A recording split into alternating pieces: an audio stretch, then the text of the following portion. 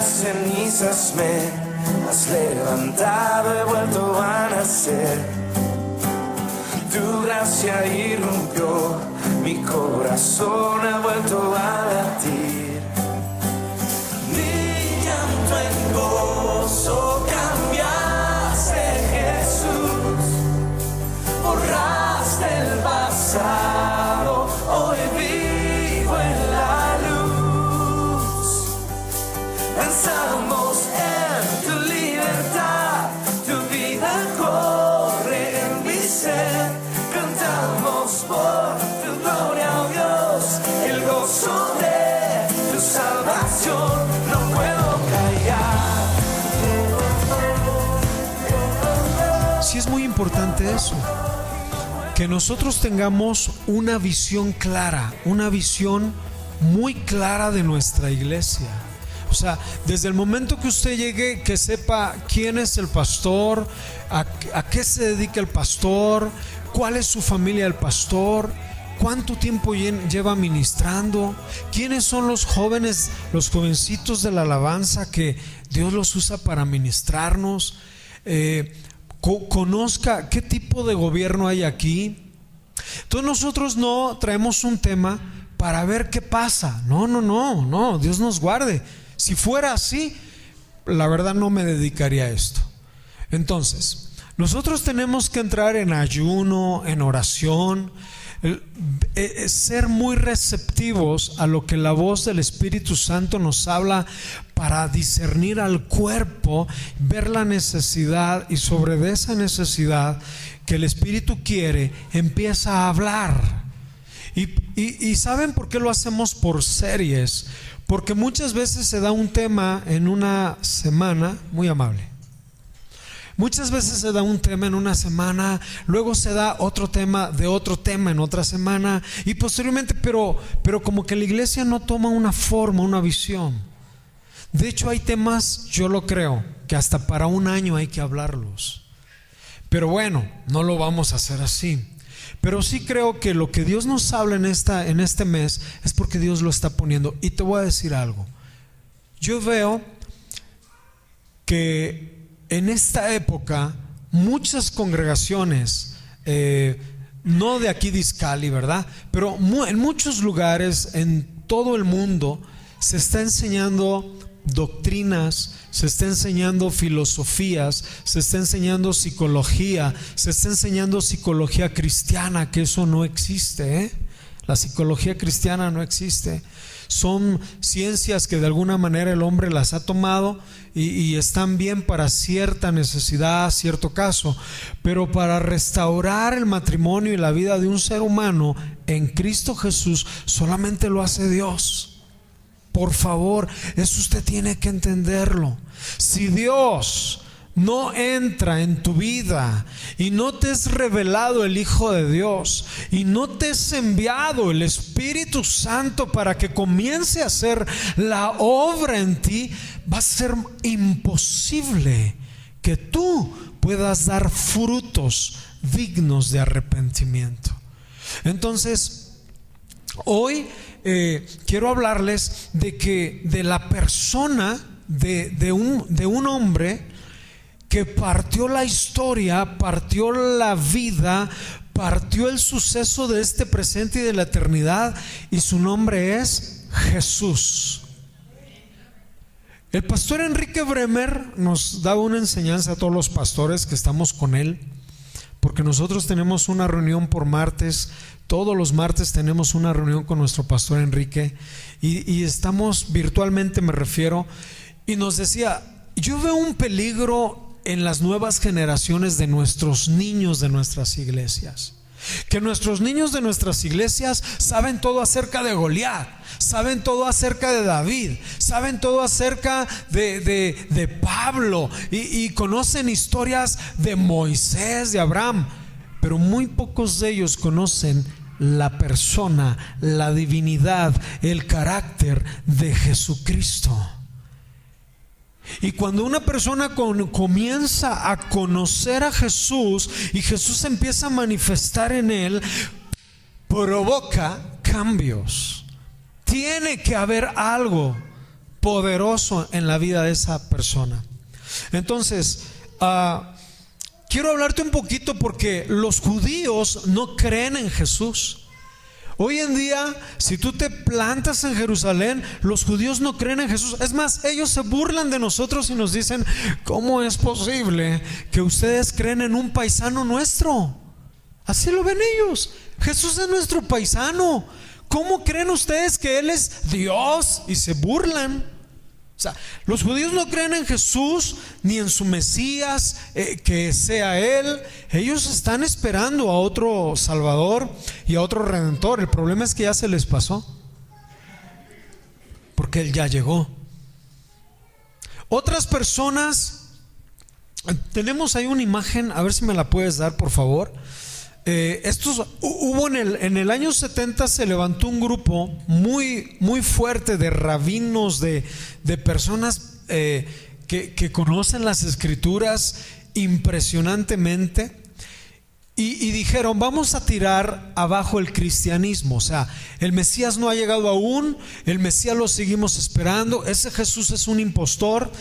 Y en la imagen que ahorita Ángel nos va a dar, ellos comenzaron a decir: no es una antes, hijo, por favor. No es posible que Jesús sea ese el Mesías.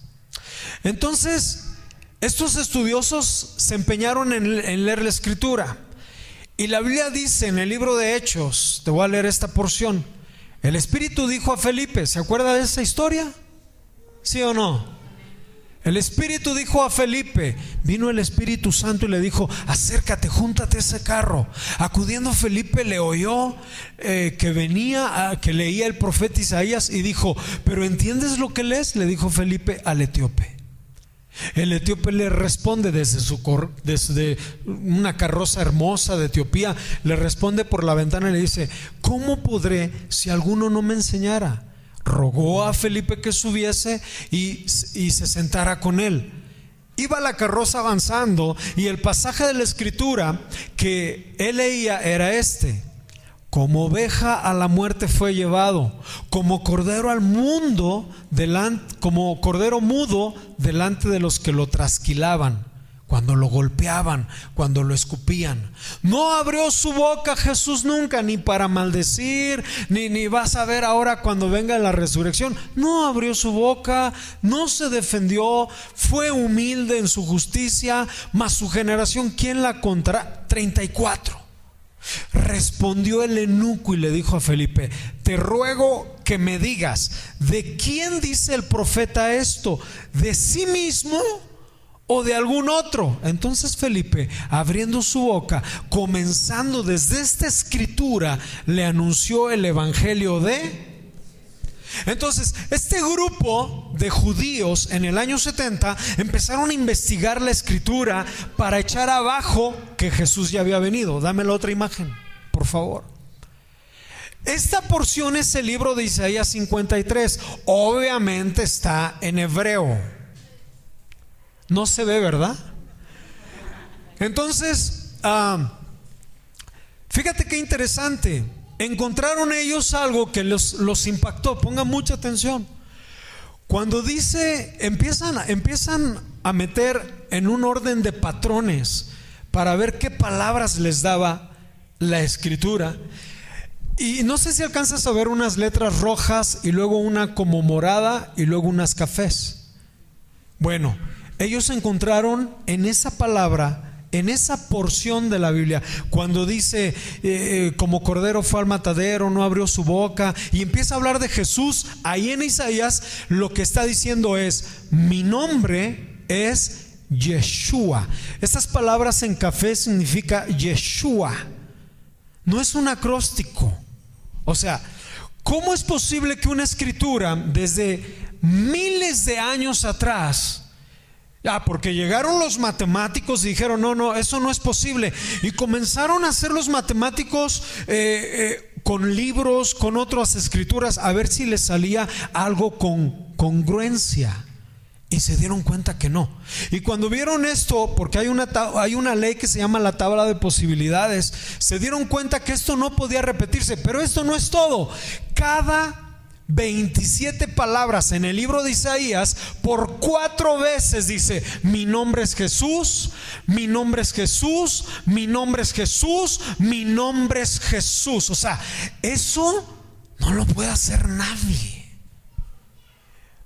A eso se le llama que definitivamente la escritura que Dios hace, la escritura que usted tiene, es por el designio divino de Dios. No sé si me estoy dando a entender. Entonces, en la otra imagen, cuando veíamos que el etíope dice y pregunta: ¿de quién es?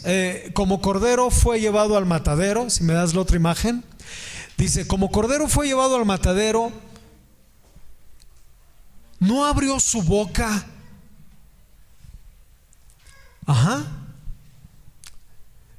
Dice ahí: no abrió su boca. Y responde el eunuco: ¿de quién dice esto? Y ese mismo pasaje de Isaías le está contestando al etíope, y le está contestando a usted, y me está contestando a mí. Cuando en ese pasaje dice: mi nombre es Jesús. Y cuando Felipe dice: ¿de quién habla? ¿De otro o de sí mismo? Y le contesta la escritura: mi nombre es Jesús. Eso está maravilloso. Entonces, el enemigo lo que va a tratar de hacer es diluir. Bueno, pero quiero decirte que ese grupo se hicieron judíos mesiánicos, es decir, creyeron en Jesús, de que ese Jesús que vino, murió, resucitó y está a la diestra del Padre. Ellos ya creen en Jesús, otros de ellos no. Pero lo impactante es que la persona de Jesús, porque es el tema, quiero que conozcas a Jesús. La persona de Jesús ha tratado de ser diluida. Por darte un ejemplo, salió una película que decía El Código Da Vinci, en donde diluye la persona de Jesús. Otra película en donde Jesús y María, o sea, todos los babosos que creen esa historia se andan teniendo otras mujeres y después vienen a tener grandes problemas, grandes maldiciones. Hay personas que ven a Jesús todavía en la cruz. Le cuento, hay gente que tiene en sus diversas casas a un Cristo en la cruz, y así lo conciben y así lo ven, sangrando y adolorido. Y yo quiero enseñarte esto. Así no está Jesús. Si no, entonces estoy predicándote y enseñándote conforme al evangelio a un Cristo muerto. Felipe le dijo al etíope, abriendo su boca desde esa escritura, le anunció el evangelio de Jesús. El evangelio de Jesús es: murió, resucitó, está sentado a la diestra del Padre y está en medio de nosotros, porque donde hay 2 o 3 congregados en su nombre, ahí está Jesús. Entonces, hay gente que cree que Jesús fue exitoso como Buda. Hay gente que cree que Jesús fue un hombre bueno. Yo tengo familia en la carne, en la sangre, que han sido muy prósperos. Y una vez se me ocurrió decirle a una de mis hermanas, que es muy próspera, de verdad es muy próspera, y le digo: qué bendición que Dios te ha bendecido. Y me dice: mira, porque le dije: qué bendición que Jesús te ha bendecido. Y me dice: realmente yo creo en Jesús como un personaje más en esta tierra. ¿Cómo me dolió? Y le empecé a hablar de Jesús, pero todavía no se le pueden caer las vendas. Jesús es el Hijo de Dios. Hay gente que considera que... Hay un grupo de gente que dice: Jesús entra en el pedestal, está Buda, está Aristóteles, está Sócrates, está no sé, Gandhi, y aquí va Jesús. Así lo dimensionan a Jesús, un pensador de aquellos tiempos y de aquella época. Ahora bien, yo quiero aclararle algo. Hay muchos cristianos. Usted no es cristiano. Usted es discípulo de Jesús, ¿sí o no?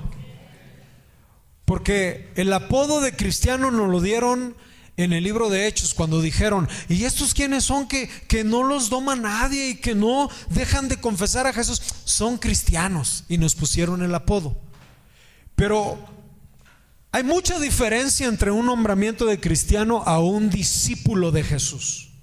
Un discípulo es el que se sienta, el que aprende, el que observa al que lo está enseñando, a su maestro. Un discípulo es el que camina, el que sigue y el que continúa. ¿Usted quiere ser discípulo o cristiano? Discípulo de Jesús. Hay hermanos que les cuesta hablar de Jesús. Hay personas que nada más te hablan de: sí, gloria a Dios, al Padre, aleluya, gloria a Dios. Hola hermano, ¿cómo estás? Bien, al Todopoderoso. Órale, no, bien. Hermano, ¿cómo te va? Al Padre Dios, gloria. Y tú le dices: no hermano, en el nombre de Jesús, el Padre, no, en el nombre de Jesús, el Padre. Les cuesta aún a cristianos entender la dimensión de Jesús en esta realidad. El Padre ya hizo lo suyo. De hecho, el Padre dice: yo no voy a juzgar a nadie. No, pero contigo me llevo bien, papá Dios. No. El juicio se lo he dado a mi hijo. Y mi hijo va a ser el que va a juzgar. Así que alíñense con mi hijo. Todo comienza con Jesús. Una iglesia que no está en Cristo no está céntrica, está excéntrica. Todo tiene que girar en Jesús. Hace rato los cantos estaban adorando a Jesús. No sé si se dio cuenta. Nuestra adoración es a Jesús a través del Espíritu Santo. O sea, si nosotros perdemos la visión de Jesús y nos concentramos en otras cosas, no vamos a poder ver lo que Jesús tiene para nosotros. Yo quiero que Él sea revelado en mi vida. Hay lugares donde a Jesús lo tienen como iglesias que solamente son un club social. Nos vemos, compartimos, nos vamos a una cena a Cancún y está bien. Nosotros nos vamos a ir a Puerto Vallarta y no hay problema y no digo nada. Pero eso está bien. Pero escúcheme bien. A lo que le quiero dar a entender es que a veces hacemos un club social cuando Jesús no está ahí. Cuando Jesús está ahí, hay cambio. Cuando Jesús está en la congregación, hay un espíritu de verdad, de agradecimiento. Hay un cambio en nuestras vidas, en nuestras mentes, en nuestros corazones. Mi vida es afectada de tal manera que ya no puedo seguir haciendo lo que quiera, aún en lo oculto, en donde nadie me ve. Ahí tú comienzas a ver un giro diferente. Hay lugares en donde se enseña la Biblia filosóficamente, psicológicamente. Oí en una ocasión psicología cristiana. Eso no tiene nada que ver con la palabra de Dios. La psicología tiene 100 años que se constituyó como tal. Yo le preguntaría: ¿qué hicieron todos esos hombres y mujeres antes de la psicología en las iglesias? Eran mejor que nosotros. Eran hombres que hacían descender fuego del cielo. Eran hombres que resucitaban a los muertos en Dios. Eran cristianos que no negaban su fe ante los leones, ante la muerte. Yo les pregunto: ¿en dónde están todos esos hombres? En la gloria con Dios. ¿Me estoy dando a entender? Entonces, toda esa gente no necesitó psicología. ¿O sabe qué? Yo creo algo. Tenemos un Dios olvidadizo. Tenemos un Dios que se le olvidó y que le dijo al Espíritu Santo: Espíritu Santo, perdón, pero se me olvidó haber metido la psicología cristiana para ayudar a los que van a creer en mi Hijo Jesús. ¿Usted cree eso? Claro que no. No necesitamos iglesias con filosofías y psicologías. Dios tiene la palabra, Dios tiene todo lo que cambia. La psicología es subjetiva, la psicología es un sistema, nada más. Pero Dios es el que transforma las mentes, los corazones. De verdad, créame, yo era un joven que estaba vacío, perdido. Y ni psicología, ni lágrimas de mi mamá, ni lágrimas de nadie. Tenía 18 años, 19 años cuando quería suicidarme. Nada me llenaba. Yo conocí Estados Unidos, yo me fui muy joven, conocí San Diego, estuve en California, conocí muchas cosas en toda esa época muy fuerte. Y cuando llego nuevamente a México pasa algo muy interesante porque nada me llenaba. De verdad, yo quería dormir y nunca más despertar. Había un gran vacío en mi alma. Y no me ayudó ni la droga, ni los amigos, ni mi mamá, ni nadie, ni la psicología. Un día hablaron acerca de la persona de Jesús, y cuando yo oí y mi espíritu oyó y mi espíritu vivió, creí en Jesús y algo hizo en mi vida, me cambió mi mente. Al mes yo ya no tenía, es más, yo como que al mes desperté y dije, oye, no estoy en un antro. Hoy le llaman antros, antes eran las discotecas. Pero yo dije, no inventes, tengo un mes que no voy a un antro. Tengo un mes que no me meto esto. Tengo un mes que no hago lo otro. Me di cuenta que estaba conociendo a Jesús. Cuando conocemos a Jesús, cambia, transforma tu vida. Y nos estamos olvidando de hablar de Él y de su grandiosa persona. Escúchame bien, no existe ninguna persona en la historia, en las razas, en las culturas, en el mundo entero, como Jesús. Es más, el pronunciar este nombre pasa algo. Jesús. Cuando Jesús comienza a tomar nuestras vidas, nosotros como cristianos en esta actualidad tenemos que entender que la importancia de Jesús al ser profetizado nos va a dar luz a nuestras vidas. Porque usted tiene que entender que es un Jesús profetizado. En el libro de Job 19:25, Job está como muchos de ustedes. O más bien, algunos creemos estar como Job. Acuérdese que llegaban sus amigos y le decían, estás mal, Job, por algo te pasó el destino esto, por eso te está yendo mal, por eso perdiste a tus hijos, por eso perdiste el trabajo, no tienes ni dinero. Es más, tu esposa te maldice para que te mueras ya. Eres una carga. Todo te sale mal, tu familia va en decadencia, tus relaciones se están cerrando, no tienes prosperidad, no hay economía, te estás enfermando, vete cómo estás. ¿Y sabes qué hizo Job? No sé si te di un texto antes, no, 19:25 dice, yo sé que mi Redentor vive y al fin se levantará del polvo. Y en otra porción más adelante dice, aunque mi piel esta sea desechada, yo sé que Él me levantará. ¿Sabes quién es el Redentor? Jesús. O sea, desde Job ya lo estaba profetizando. Job, en medio de su dolor, no se amargó, no se tiró al vino, no se tiró a la droga, no se tiró a la tristeza, sino que Job, en esa figura de Jesús, dijo, yo sé que mi Redentor vive y me levantará del polvo, aunque esta mi carne sea deshecha. Entendí que la gente que conoce a Jesús tiene esperanza. Yo le pregunto, ¿cómo vas? Pues, ay, hermano, más o menos. Le digo, la verdad, no conoces a Jesús.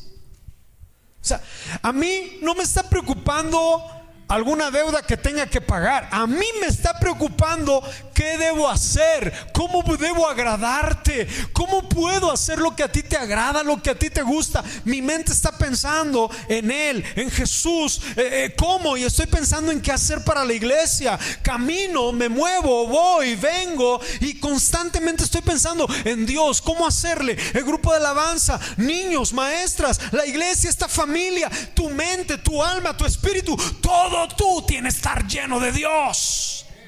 No hay tiempo para estar y que cómo voy a pagar, ay mi dolor, ay mi tristeza. El que conoce a Jesús está seguro, está firme. Ya no piensas en tu dolor. Y no sé, pero aquí estoy sufriendo. Ahí dice Job 25. Estoy sufriendo sin mis hijos, sin mi esposa, me abandonó mis hijos, se murieron. No, Él está definido. Yo sé que mi Redentor vive. Y se sigue profetizando Jesús. Y llega Isaías y dice, no, les van a hacer un niño. Lo están profetizando. Isaías 9, 6 al 7 y dice: porque un niño nos es nacido, hijo nos es dado, el principado sobre su hombro. En otra porción dice: la autoridad sobre su hombro. Jesús tiene autoridad, tiene señorío. Tienes que amarlo, tienes que aprender a conocer a ese Jesús. Si yo vengo y me paro delante de esa profecía, yo voy a tomar a un Jesús que es, primero que nada, es admirable. ¿No dice la Biblia que es reconocido entre 10,000? En una congregación se tiene que reconocer a Jesús cuando está la presencia de Él. Él es admirable. Él es consejero. Póngale ahí, Él es psicólogo. ¿Qué traigo con la psicología, verdad? Si estudió alguien aquí psicología, no es nada en contra de ustedes. Él es consejero, caramba. Siempre estoy yo pensando: Señor, voy a hacer esto, ¿cómo lo harías tú? Y comienzo a preguntarle. A ver, hoy vas a correr a alguien en la empresa porque tú eres el gerente y no te está dando resultados. ¿Cómo lo vas a hacer? ¿Vas a agarrar el látigo como Jesús? Sácate de aquí, vamos. ¿Qué vas a hacer? ¿O vas a hablarle de una forma buena? ¿O vas a hablarle con una forma de enseñarle, pero con fuerza y con dedicación? Tú tienes que ir a ese consejero. Es un Dios fuerte, es un Padre eterno, es príncipe de paz. Yo me he dado cuenta de algo. El diablo no puede mandarte al infierno. Puede poner cosas para que tú caigas y termines en el infierno, pero él no tiene ninguna autoridad de decir: yo quiero que te pierdas tú. Él no puede. Lo único que sí puede es quitarte tu fe y tu paz. El enemigo se concentra en quitarte tu fe. Si tú eres una persona que constantemente pierdas la fe, eres un punto blanco, fácil de ser destruido. ¿Tu fe cómo está? Pues sí, voy a tomar el trabajo, pero no sé, a lo mejor el negocio, la familia, pues mi hijo va a cambiar, pero pues igual, no sé. No tienes fe. Tú tienes que trabajar en la fe. Y si no tienes fe y no tienes paz, no conoces a Jesús. El que está turbado y no tiene paz, no conoce a Jesús. Jesús te da la paz, Jesús te da la fortaleza. Cuando se le moría la hija a Jairo: Jesús, se muere mi hija, apúrate, no tenemos tiempo. Se voltea a Jesús y le dice: tranquilo, no es tu tiempo, es el mío. Y todavía tengo tiempo para echar fuera otros demonios, y todavía tengo tiempo para darle consejería a algunos que están aquí arruinados, y todavía tengo tiempo para enseñar unas parábolas a estos perdidos. Pero Jesús, mi hija se está muriendo. Tranquilo, cállate, sentadito y escúchame la palabra y confía en mí. ¿Tienes fe? No, Señor, ayúdame a increíble. Entonces cállese, aprenda y tenga confianza en mí, porque yo soy tu paz. Y luego vienen y le dicen: ya no molestes más al maestro, ya murió tu hija. Ya ves, Jesús, te lo dije. Y Jesús: cállese, cálmese, tranquilo, en mí hay paz. Hay cosas que a ustedes ya se les han muerto, pero los que conocen a Jesús tienen la paz de decir: Él lo va a resucitar, Él va a hacer nuevas cosas. Hay personas que dicen: mi matrimonio yo tengo paz, Dios va a traer a mis hijos. ¿Y qué cree? Dios trae a sus hijos, porque Él está en paz, porque ella está en paz, porque ella no depende del tiempo cronológico como tú y yo. Jesús lo tocaron el manto y ¿quién fue la que me tocó? Y le contó toda la historia y la verdad. Y aquel: apúrate que mi hija se muere. Y Jesús: tranquilo, el que está en mí está en paz. Escúchame, lo que no es para ti, ni te muerda las uñas, ni te preocupes, ni te turbes. Lo que no es para ti no te pertenece. ¿Cuántos están muriendo? Señor, si no me caso, me va a dar una. Cálmese, espere otros 20 años. Yo recomiendo que se casen a los 35, 40. ¿Me explico? Bueno, pero usted es libre, hombre. Escúcheme bien. Mucha gente se aferra a su tiempo, a sus cosas. No funciona así. Se te quita la paz, se te quita todo. Ya no tienes paz, se acabó todo. Te frustras, te amargas. Miqueas es el parteaguas de ver a un Jesús. Primero entiendo yo a un Jesús profetizado, pero después veo a un Jesús, óigame bien, preexistente. No es lo mismo un Jesús profetizado, póngame atención, no es lo mismo un Jesús profetizado, porque profetizado del año 1000 al 2000, profetizado de años de atrás de Abraham a cuando vino a morir Jesús a la cruz. Eso es un Jesús profetizado. Pero un Jesús preexistencial es todavía más atrás. Esto no tiene nada que ver con profecía. ¿Me estoy dando a entender? Miqueas 5:2. Es muy interesante que usted vea a su Jesús. Mira, ¿tú crees que Jesús era así? La esencia de Jesús ya existía. Aquí le dieron cuerpo, pero Él ya venía, Él ya salía. Pero tú, Belén Efrata, en donde Jesús vino, pero tú, Belén, eres la más pequeña para estar entre las familias de Judá. De ti me saldrá el que será Señor de Israel. ¿Y qué creen? Sus salidas son desde el principio de la eternidad hasta los días de la eternidad. Ahí no está profetizando un Jesús. Ahí está declarando Miqueas que Jesús ya existía antes de venir a nacer a Belén. Sus salidas ya son desde la eternidad. Fíjate que el ser humano está confundido porque no cierra ciclos en su vida. Jesús ya es. Usted concibe a un Jesús con cara y rostro, cabello, pero ese Jesús que estamos viendo en la eternidad es la esencia de Jesús mismo. O sea, si tú tomas a Jesús, vas a empezar a cerrar ciclos en tu vida. Hay personas que se sienten de verdad, escúcheme, tan vacías en su vida porque no conocen a Jesús. Va a terminar siendo un religioso que tiene que venir a misa, que diga que tiene que venir el domingo a la reunión para sentirse bien, y después se va, peca y otra vez regresa para sentirse bien, y luego recibe las cenizas, que diga la Santa Cena. Es que todo es religioso. El que conoce a Jesús cambia la vida, rompe ciclos. Hay gente que se dedica a trabajar, obtiene y tiene éxito, entre comillas, porque el éxito es relativo.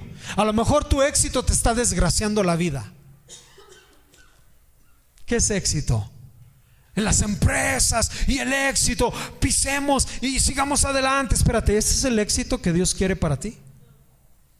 Los jóvenes, voy a casarme y voy a tener una casa de 2 pisos y voy a tener un carro último modelo y me voy a titular y voy a tener a mi novia preciosa, hermosa, amante de Dios, y ese va a ser tu éxito.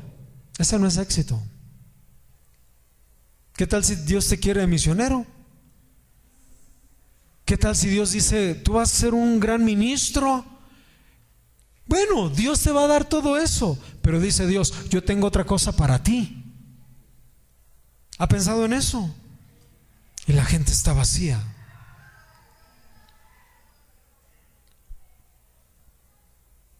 La gente está vacía.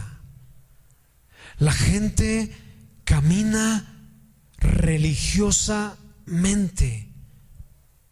Hay familias cristianas que se sienten infelices. O sea, hay algo como que no cierra bien. Es Jesús. No lo conoces. En la forma de hablar de un joven, en la forma de hablar de un matrimonio, en la forma de hablar de ministros, de servidores, se ve si realmente conoces a Jesús. El que tiene un encuentro con Jesús, el que camina con Jesús, el que ora con Jesús, cuando Jesús se revela y se manifiesta, el que entiende que Él dio la vida por ti, tú ya no puedes levantarte al otro día e ir a volver a pecar. ¿Por qué? Porque te sientes indigno. Hay algo poderoso en tu vida que te está llevando a cambio. A medida de que tú conoces de Jesús y cómo Él fue concebido, y aún mejor, cuando tú comienzas a conocer lo que Él es, lo que Él creó, lo que Él tiene para ti, para mí, se cierran ciclos en tu vida. ¿No te gustaría cerrar un ciclo? ¿No te gustaría romper cadenas que todavía te están llevando a hacer lo mismo? ¿No te gustaría a ti quitar ataduras en tu mente, en tu corazón, en tu vida?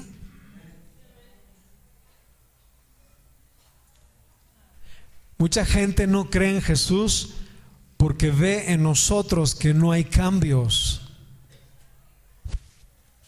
Nosotros los padres queremos que los hijos cambien. Nosotros los padres queremos que los hijos vengan a esta congregación para recibir de Dios.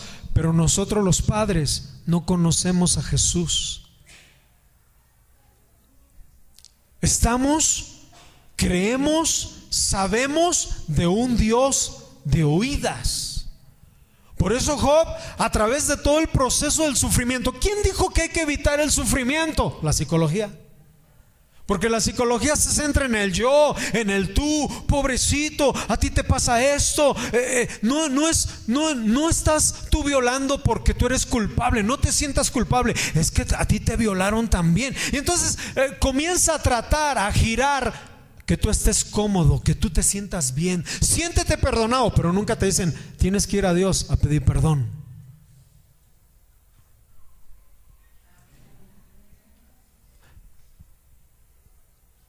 Dios quiere un cambio. Yo quiero ver a mis hijos aquí adentro, pero necesito yo, papá, conocer a Jesús. La persona de Jesús. Juan 1 nos dice algo muy interesante. Nos dice, pongan mucha atención a esta porción porque ya casi vamos a ir acabando. En el principio era el Verbo y el Verbo era con Dios. ¿Quién es el Verbo? Es la palabra de Dios dicha. El Verbo se hizo carne.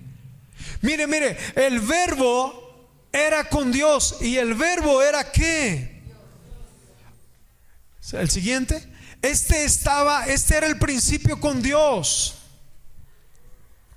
Todas las cosas por Él fueron hechas. O sea, ¿cómo lo muestro? Está Dios y entonces viene de Dios, permítame hablarlo así, de Dios está Jesús. Y después, a través de Jesús, imagine a Jesús, a través de Jesús comienza a crear todas las cosas para que todo sea en Cristo, para que todo se cimiente en Jesús. Comienza a crear todas las cosas. Sin Él, nada de lo que ha sido hecho fue hecho. ¿Te estás dando cuenta quién es Jesús? Y después en el versículo 4 dice: en Él estaba la vida, y la vida era la luz de los hombres. Cuando tú conoces de Jesús, versículo 10, por favor, Ángel. En el versículo 10 dice, póngame mucha atención, por favor. En el mundo estaba, o sea, ese Jesús que hizo la tierra y los mundos, los cielos, óigame bien, decide venir a la tierra. Y cuando viene Jesús a la tierra y comienza a caminar en la tierra, el mundo por Él fue hecho, pero el mundo no le conoció. Siguiente. Y luego dice: a lo suyo vino a su pueblo judío, vino al pueblo de Jerusalén, vino a los judíos, y los suyos no le recibieron. Póngame mucha atención, porque esto te va a libertar tu alma. Y después, ¿qué dice? Léalo.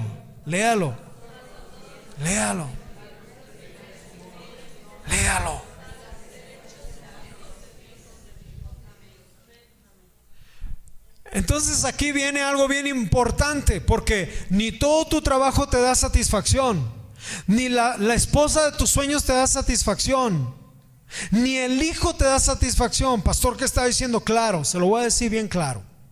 A veces nosotros decimos: ahora que tengo un hijo me va a cambiar mi vida, porque tú tienes un gran vacío. Tienes un hijo y no es cierto. Hay que pagar más. Ahora que me case se acaban mis problemas. No es cierto. ¿Quién te dijo tal mentira? ¿Quién te dijo tal aberración? El hecho de casarte es padrísimo, descubres cosas y aprendes de todo, aprendes a boxear, aprendes a amar, aprendes de todo, pero escuche, a los que creen en su nombre. ¿Cuántos creen en su nombre? Nada más 3 manos levantadas. ¿Cuántos creen en su nombre? Bueno, ahora sí ya hay decenas. Ok, póngame atención. Ahí está Jesús. Silvia, a los que creen en su nombre, dice Jesús: ¿tú crees en mi nombre? Sí, ok, te voy a dar la potestad de ser hecho hijo de Dios. ¿Quién la da? ¿Dios o Jesús?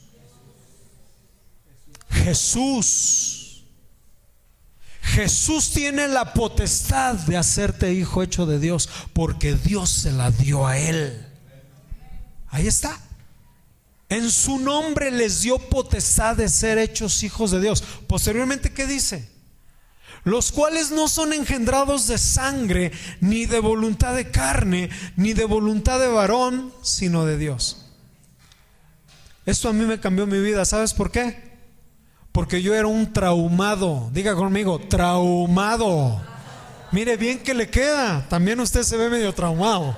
No es cierto. Póngame mucha atención. Unos estaban traumados porque los abandonó sus papás. ¿Cuántos aquí los abandonaron? A ver, quiero ver. Unos estaban traumados por su aspecto, otros por los padres que tuvieron. Y entonces yo llego y digo: Señor, yo te acepto. Y el Señor me dice: yo te voy a dar potestad de ser hijo, pero algo más: los cuales no son engendrados de sangre. ¿Cómo? No eres engendrado de sangre, ni de voluntad de tu mamá ni de tu papá. Eso es voluntad de carne. Tú no fuiste engendrado voluntad de carne. Tú no fuiste engendrada voluntad de carne. Entonces, ni de voluntad del varón. Yo quiero tener un hijo y te tuvo. No. Dios le puso el querer y el hacer, sino de la voluntad de Dios. Entonces, cuando la persona entiende esto, dice la persona: wow, Yo no soy producto de un fracaso. Aunque yo tenga mis papás que tienen problemas, la voluntad fue de Dios. Él quiso que yo naciera. Él quiso que yo estuviera en este mundo. Él quiso algo para mí diferente. Entonces tengo un propósito para esta vida.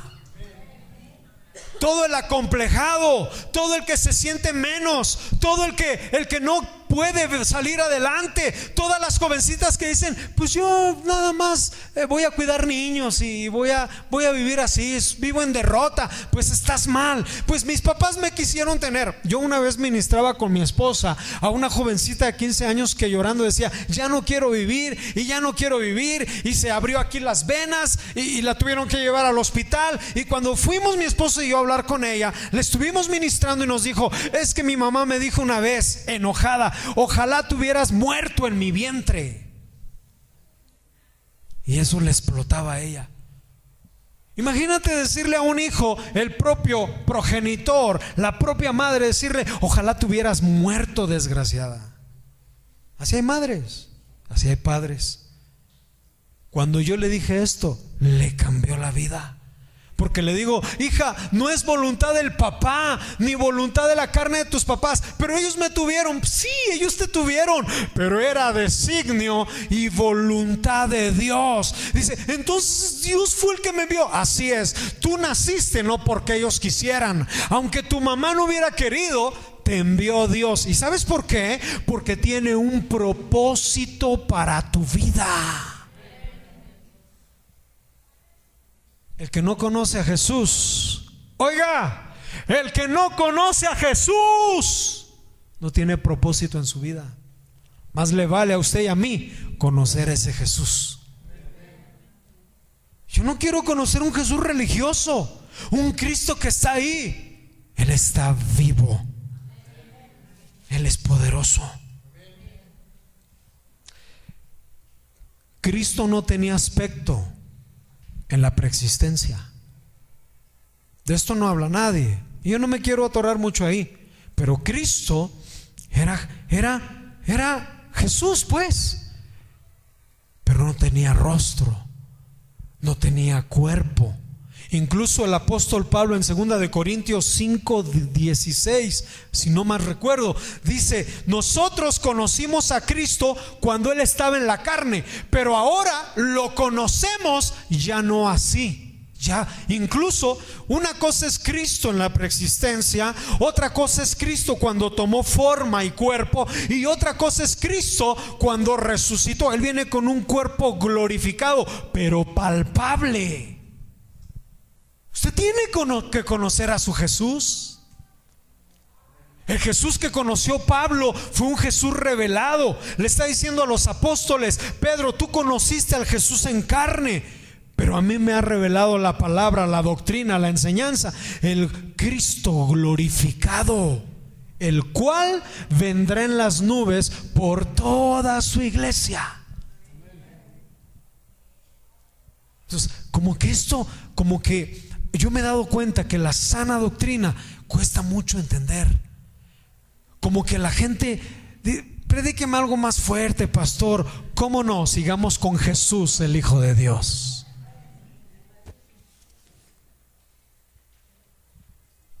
Yo quiero conocerlo.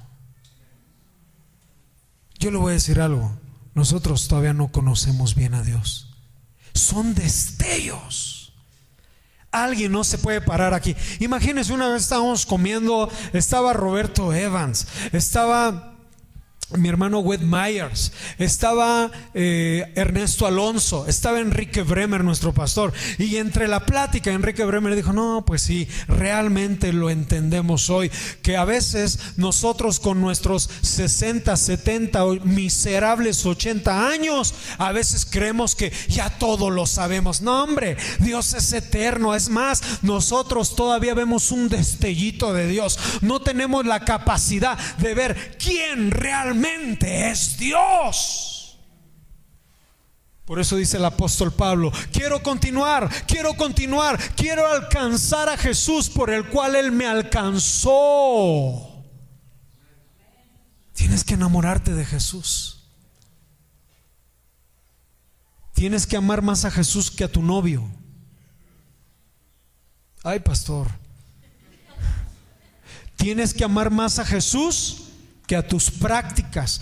Pastor, pero no son malas. Pues aún así hay cosas que te empeñas más en cosas, en entrenamientos, en tantas cosas, y te olvidas de Jesús, te olvidas de la esencia, te olvidas de Él. Efesios 1:4, para ir terminando.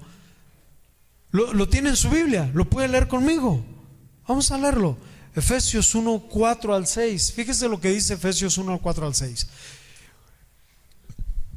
Escúcheme bien. Aquí no solo en esta iglesia se te prepara para la vida,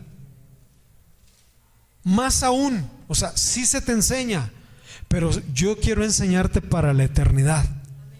Vuelvo a repetirlo. La iglesia que no enseña a los congregantes para la eternidad, los están entreteniendo con shows, con espectáculos, que es muy padre. Por decir, estaba escuchando la alabanza. Es muy padre escuchar la alabanza y darle la adoración a Dios. Yo no sé por qué usted no se mueve. Ahorita le voy a pedir a los jóvenes que empiecen a tocar. Qué padre es moverse para Dios. No sé, adórelo, sienta la música. No sé si a usted quiere hacerle así o como usted quiera, pero que usted sienta la adoración para Dios.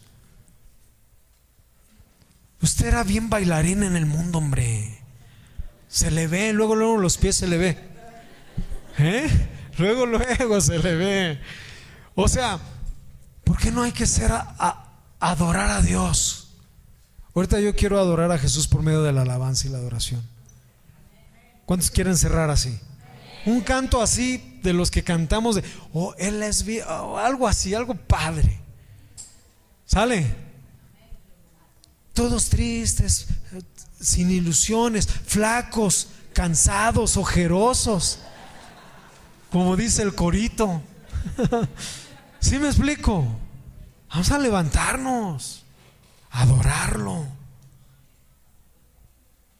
Efesios 1:4. ¿Qué ve de raro ahí? ¿Qué ve de poderoso ahí? ¿Puede ver algo ahí? A ver, ¿qué ve? ¿Qué ve? ¿Nos escogió qué?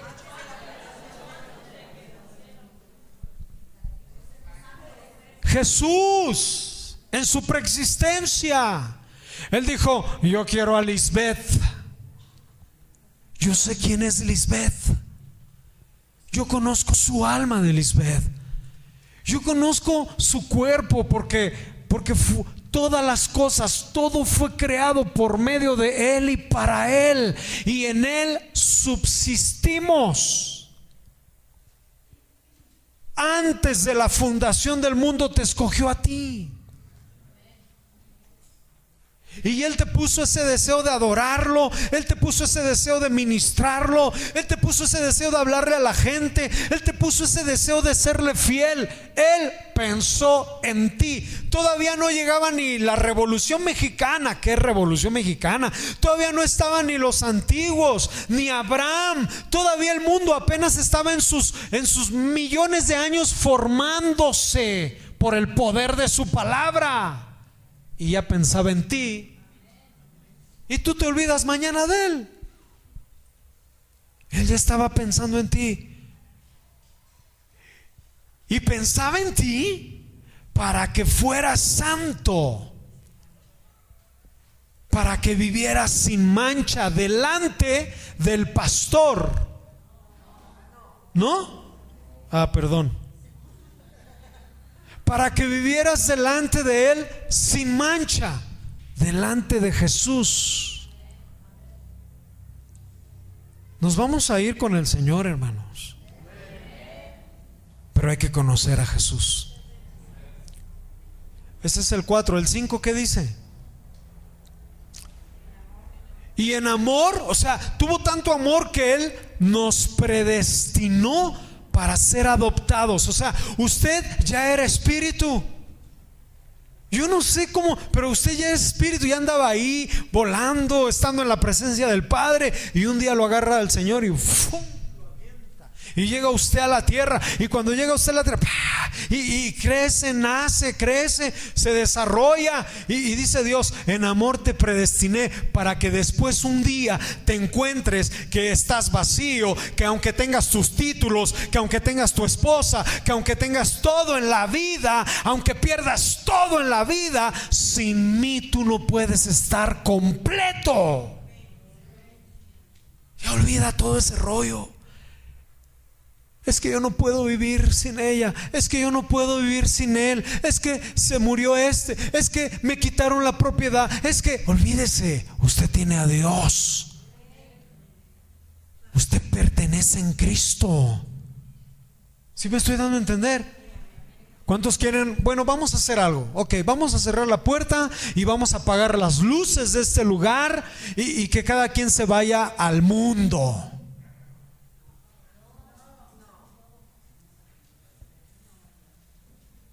¿Por qué lo dije? ¿Será que alguien está pensando aquí algo raro?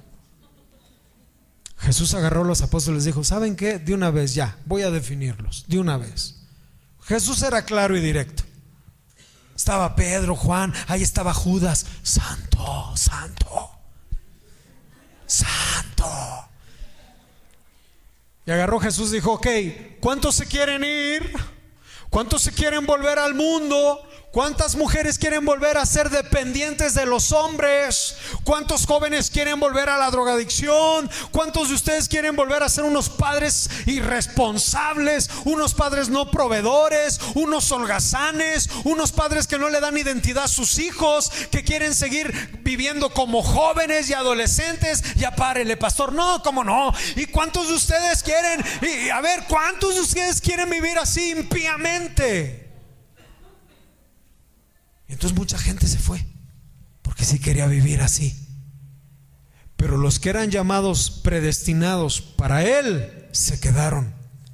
Y Pedro en su mente comenzó a pensar, y se veía ahí en las redes, viendo a 2, 3 doncellas, pescando, albureando, haciendo cosas, viviendo en el pecado. ¿No era un hombre del vulgo? Y se vio así Pedro y dijo: no, yo ya no tengo futuro. Yo ya no tengo llenura. Separado de ti nada podré hacer. Maestro, ¿a dónde iremos? Tú tienes solamente palabras de vida eterna.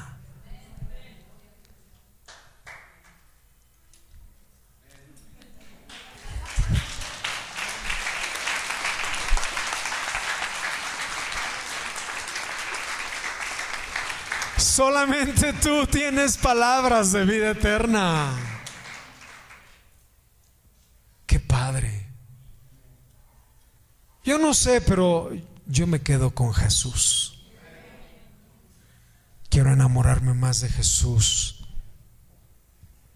Pero ¿sabe qué tenemos que hacer ya para terminar? Y de verdad ya digo ya terminar, porque desde hace 5 minutos estoy así. Entonces ya que pasen los chavos de la alabanza, para que me crea la audiencia, por favor. Pásenle. Yo le quiero decir algo. Es que un predicador, nosotros cuando nos reunimos con amigos predicadores y queremos hablar de algo, híjole, todos queremos predicar. Primera de Pedro 1, 18, 20, con esto termino. ¿Quieres conocer a Jesús? ¿Quieres estar en Jesús bien cimentado?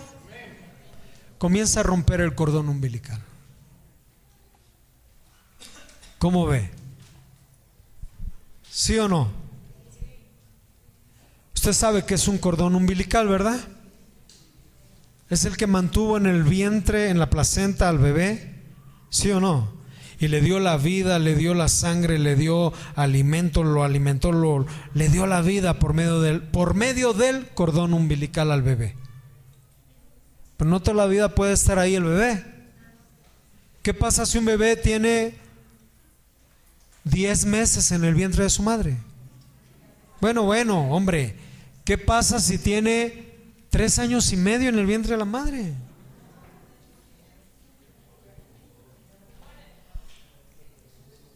Me voy a quedar con la duda. Primera de Pedro 1, 18 dice: sabiendo que fuiste rescatados ¿de dónde? O sea, Dios es claro y no te anda con florecitas y con rollos. Cuando se trata de amar, Dios te amó de tal manera que dio a su Hijo unigénito. Cuando se trata de ser romántico, Dios te va a encantar. Es: oh, amada mía, esposa mía, tus ojos son como guedejas debajo de esas. No, hombre, y es bien amoroso.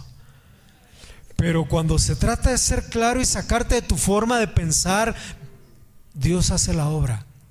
Y te dice Dios: tú fuiste rescatado de tu vana manera de vivir. Todo lo que vivías sin Cristo Jesús era vano. Vano.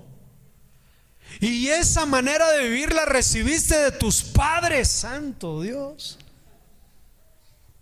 Tus padres eran vanos igual que tú.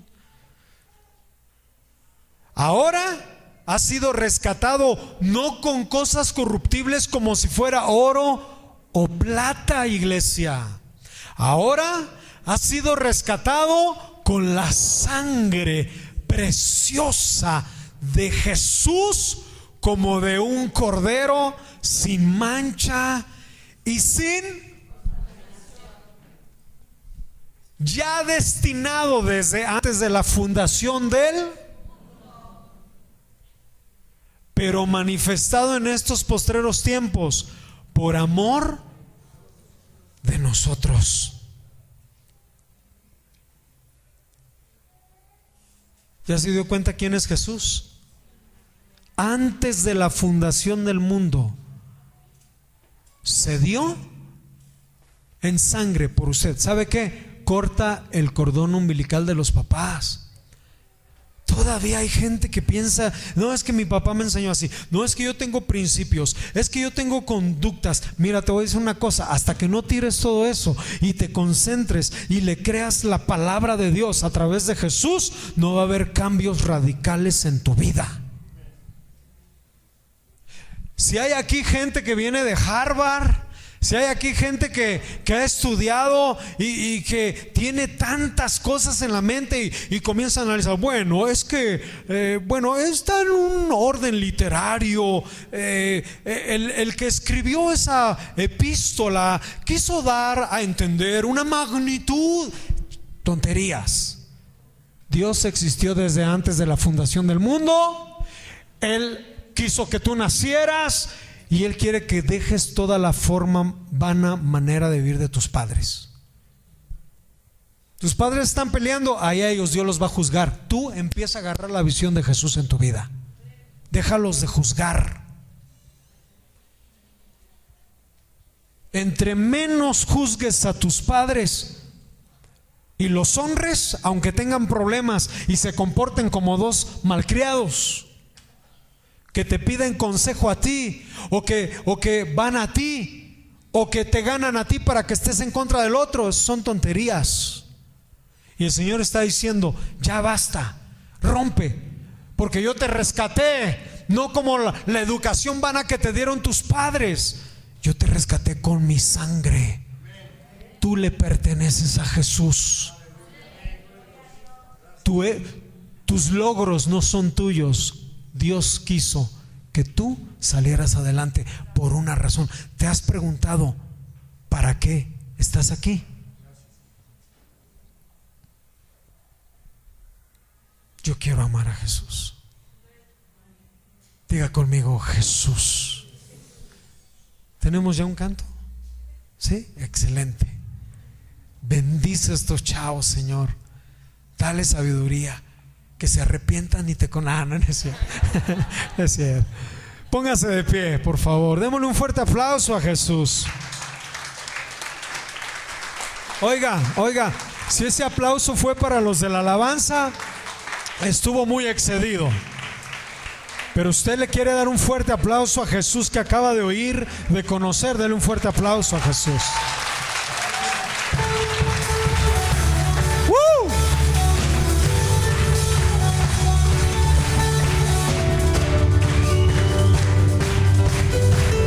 Disfrútalo.